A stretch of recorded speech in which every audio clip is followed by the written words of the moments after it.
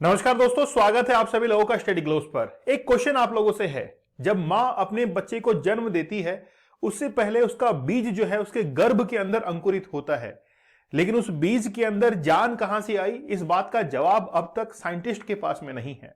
एक और एग्जांपल बताता हूं। आप लोगों ने पान तो खाया होगा। पान के अंदर पान वाला कभी भी लाल रंग को नहीं डालता है, वो उसके अंदर सुपारी डालता है, कत्था डालता है, चूना डालता है, पान का पत्ता होता है, लेकिन फिर भी जब पान को चबाया जाता है तो लाल रंग कहां से आ गया, इसका कोई जवाब नहीं होता है। ठीक उसी तरीके से जब किसी भी मंदिर के अंदर एक मूर्ति की स्थापना होती है, उस मूर्ति के अंदर जान डालने के लिए उसकी प्राण प्रतिष्ठा की जाती है। आई होप आप लोग समझ रहे होंगे। प्राण प्रतिष्ठा मीन्स होता है कि वो जो मूर्ति है आखिरकार उसके अंदर वो प्राण दिए जाएंगे ताकि वो सभी लोगों का कल्याण कर सके। इसीलिए अयोध्या के अंदर राम मंदिर की जो मूर्ति है उस मूर्ति की प्राण प्रतिष्ठा होने जा रही है हाल ही में कुछ दिनों के अंदर। डेट क्या है आप लोगों को पता होगी। चलिए बात करते हैं कि आखिरकार निर्माण कार्य कहां तक पहुंच चुका है और मंदिर के अंदर कौन कौन सी भव्य कलाकृतियां जो है उन्होंने जगह बनाई है। यह भी हम लोग बात करेंगे कि आखिरकार भारत में जो वेदास है उसमें प्राण प्रतिष्ठा के क्या स्टेप्स हैं, क्या प्रोसीजर जो है वो फॉलो किया जाता है। जैसे रिचुअल्स की हम लोग बात करेंगे, किस तरीके से रिचुअल्स को फॉलो करते हुए अंतिम जो यात्रा होती है जिसमें प्राण प्रतिष्ठा कर दी जाती है। कुछ मैप्स के थ्रू हम लोग समझेंगे कि आखिरकार प्राण प्रतिष्ठा कहां पर की जानी है और जब भी यात्री वहां पर जाएंगे तो उनको क्या क्या सहूलियत मिलने वाली है। शुरुआत करते हैं आज के इस बहुत बेहतरीन लेक्चर को। आज के लेक्चर की खास बात यह भी है कि हम लोग इस लेक्चर के अंदर कोई भी एडवर्टीजमेंट नहीं करने वाले हैं। क्यों नहीं करने वाले हैं? क्योंकि आज का लेक्चर डिवोट है प्रभु श्री राम के लिए। सुनिएगा, ठीक है। तो अयोध्या के अंदर भगवान राम की प्राण प्रतिष्ठा होने वाली है। मंदिर का काम आप लोग देख सकते हैं, बहुत जोरों शोरों पे चल रहा है। यहां पर कई बल्लियां वगैरह लगी हुई हैं, है ना, बहुत सारा कंस्ट्रक्शन का वर्क चल रहा है। सबसे पहले इस दरवाजे को देखिए, सोने का दरवाजा है। यह सोने का दरवाजा जो कि उस मंदिर का है, यह बनकर तैयार हो चुका है। इसके पीछे ही मूर्ति रहेगी, मतलब गर्भगृह जो है वो इसके पीछे है। यहां पर जो है मूर्ति की स्थापना की जाएगी, पूरा सोने का है। ये चरण पादुकाएं आप लोग देख सकते हैं। ये चरण पादुकाएं 1 किलो गोल्ड और 4 किलो चांदी से निर्मित है। चरण पादुकाएं जो कि अयोध्या के अंदर भगवान श्री राम का प्रतीक माना जाती है कि वहां जो है ये रहा करते थे। जटायु, इस कलयुग के अंदर जटायु ने सोचा नहीं होगा कि उनकी भी एक मूर्ति जो है स्थापित होगी और उनकी और प्रतिष्ठा जो है वो बढ़ जाएगी। तो जटायु की मूर्ति जो है वो भी वहां पर वैसे काफी कंट्रोवर्सी हुई थी, लेकिन हम लोग सबको साइडलाइन करेंगे, ठीक है। उसके बाद में कई कलाकृतियां जो है, बहुत सफोस्टिकेटेड टेक्निक्स इसके अंदर यूज की गई हैं, बहुत बारीक काम इसके अंदर हुआ है। इसके बाद में आप लोग देख सकते हैं किस तरीके से बहुत सारे लोग यहां पर काम कर रहे हैं। मंदिर का निर्माण कार्य चल रहा है। ये प्रांगण आप लोग देख सकते हैं, बीच का ये क्षेत्र है। जैसे मंदिर में आप लोग जाएंगे तो इसके पीछे यहां पर आगे जाकर गर्भगृह है। तो ये मंडप बने हुए हैं। ये जो अलग अलग स्टेप्स हैं ये बेसिकली मंडप कहलाते हैं। ये गैलरी है। यहां से घूम के जब आप लोग कहते हैं मंदिर की परिक्रमा कर रहे हैं तो ये परिक्रमा का स्थल है। कलाकृतियां देख लिया आप लोग, बहुत जबरदस्त कलाकृतियां जो है वो बनाई गई हैं।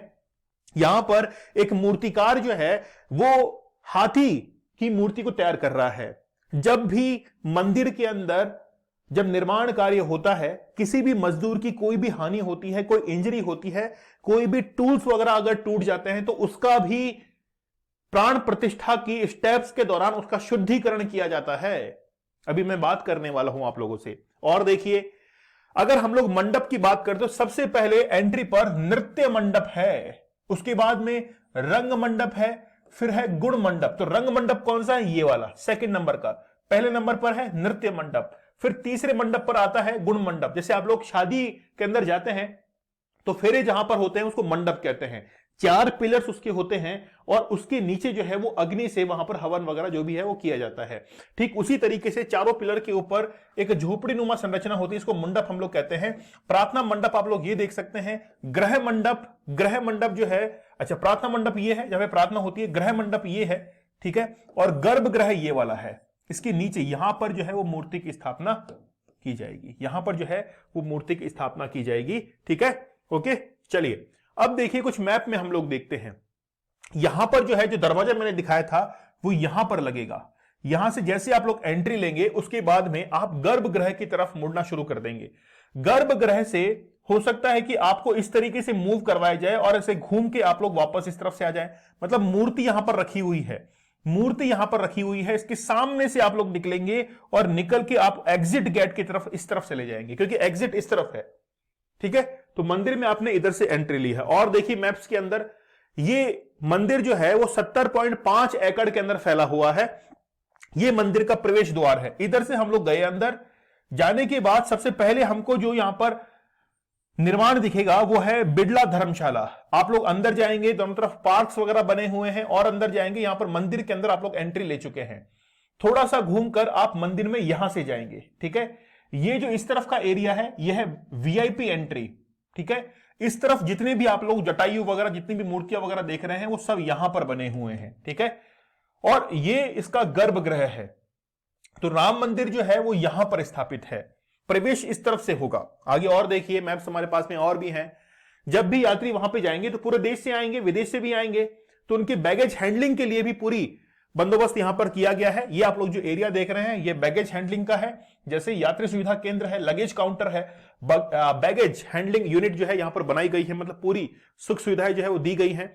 14 फीट चौड़ा जो है वो परकोटा रहेगा। परकोटा मतलब चारों तरफ का एरिया जिसमें आप लोग घूम सकते हैं, है ना। मंदिर के अगर चारों तरफ चक्कर लगाना है तो आप लोग यहां से लगा सकते हैं, परिक्रमा यहां से कर सकते हैं। ठीक है, प्रवेश आपने यहां से किया ही, मैंने बताया कि आप लोग प्रवेश यहां से कर रहे हैं। यहां पर ये गर्भगृह है।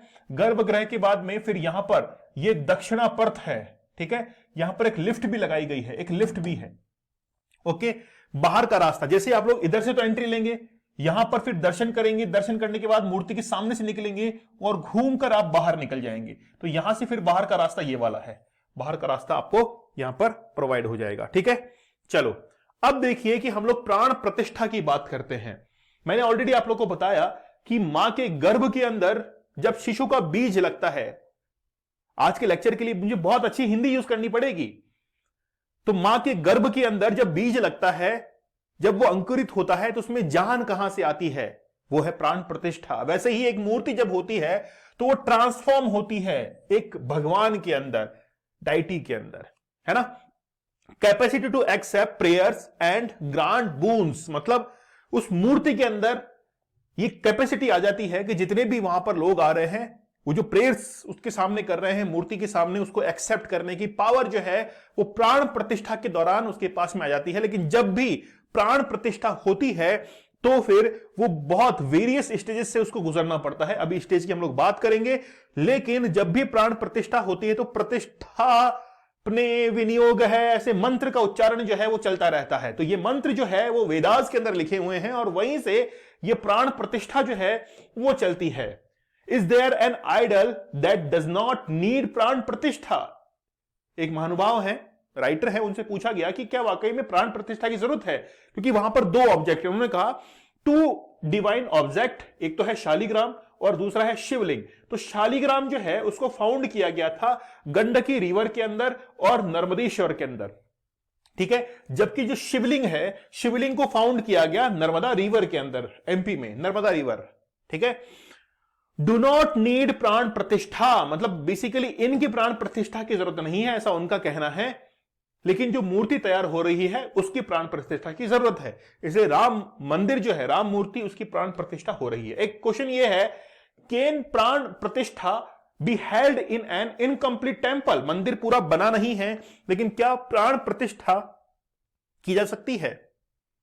कहना यह है यस, प्राण प्रतिष्ठा हो सकती है, लेकिन उसके लिए गर्भगृह अनिवार्य रूप से तैयार हो जाना चाहिए, जो कि ऑलरेडी तैयार हो चुका है। तो अगर गर्भगृह तैयार है तो फिर आसानी से उस मूर्ति की प्राण प्रतिष्ठा हो सकती है। इस सवाल का जवाब ये दिया गया है। ठीक है, समझ में आ रहा है आप लोगों को? तो कई लोगों ने ऑब्जेक्शन उठाया, इसलिए मैंने ये क्वेश्चन भी लिया कि इनकम्प्लीट है मंदिर तो भी क्या प्राण प्रतिष्ठा हो सकती है? ठीक है, चलिए where are these step mention, कौन कौन से स्टेप्स, जो कि प्राण प्रतिष्ठा के स्टेप्स हैं, उसको आखिरकार लिखा कहां गया है? तो हम लोग वेदास के अंदर देखें, और वेदास का जो एक्सटेंडेड एलोबरेटेड वेरियस रूप है, जैसे पुराणास की हम लोग बात करें, मत्स्य पुराण की हम लोग बात करें, वामन पुराण की बात करें, नारद पुराण की बात करें, वहां पर जब भी प्राण प्रतिष्ठा की जाती है उनके स्टेप्स के बारे में लिखा हुआ है। और वो स्टेप्स ये है कि जब भी प्राण प्रतिष्ठा होगी तो सबसे पहले शोभा यात्रा निकलेगी, फिर अधिवास होगा, फिर रिचुअल बात होगा,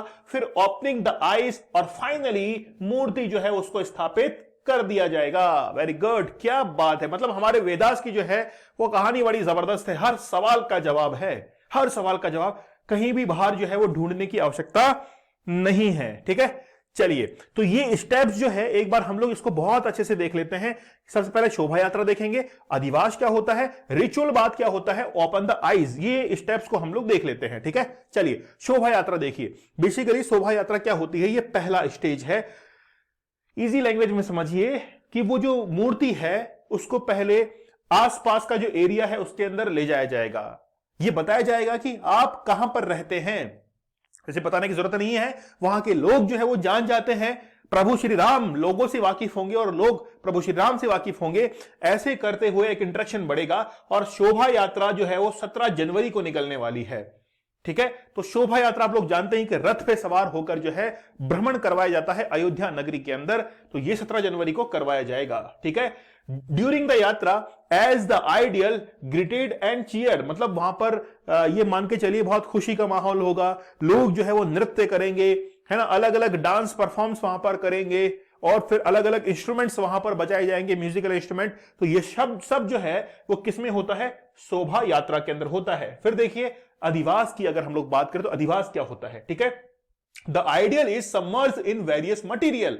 तो अधिवास हम लोग किसको कहते हैं, जैसे ही प्राण प्रतिष्ठा हमको अगर करनी है, रेडी है, ठीक है, तो उसके बाद में हम लोग जो है वो क्या करते हैं, उसके लिए आइडियल जो होता है, मतलब मूर्ति जो है उसको सबमर्ज करते हैं वेरियस मटेरियल के अंदर। जैसे एक रात रखा जाता है उसको पानी के अंदर, वाटर के अंदर, जिसको हम लोग कहते हैं जल अधिवास।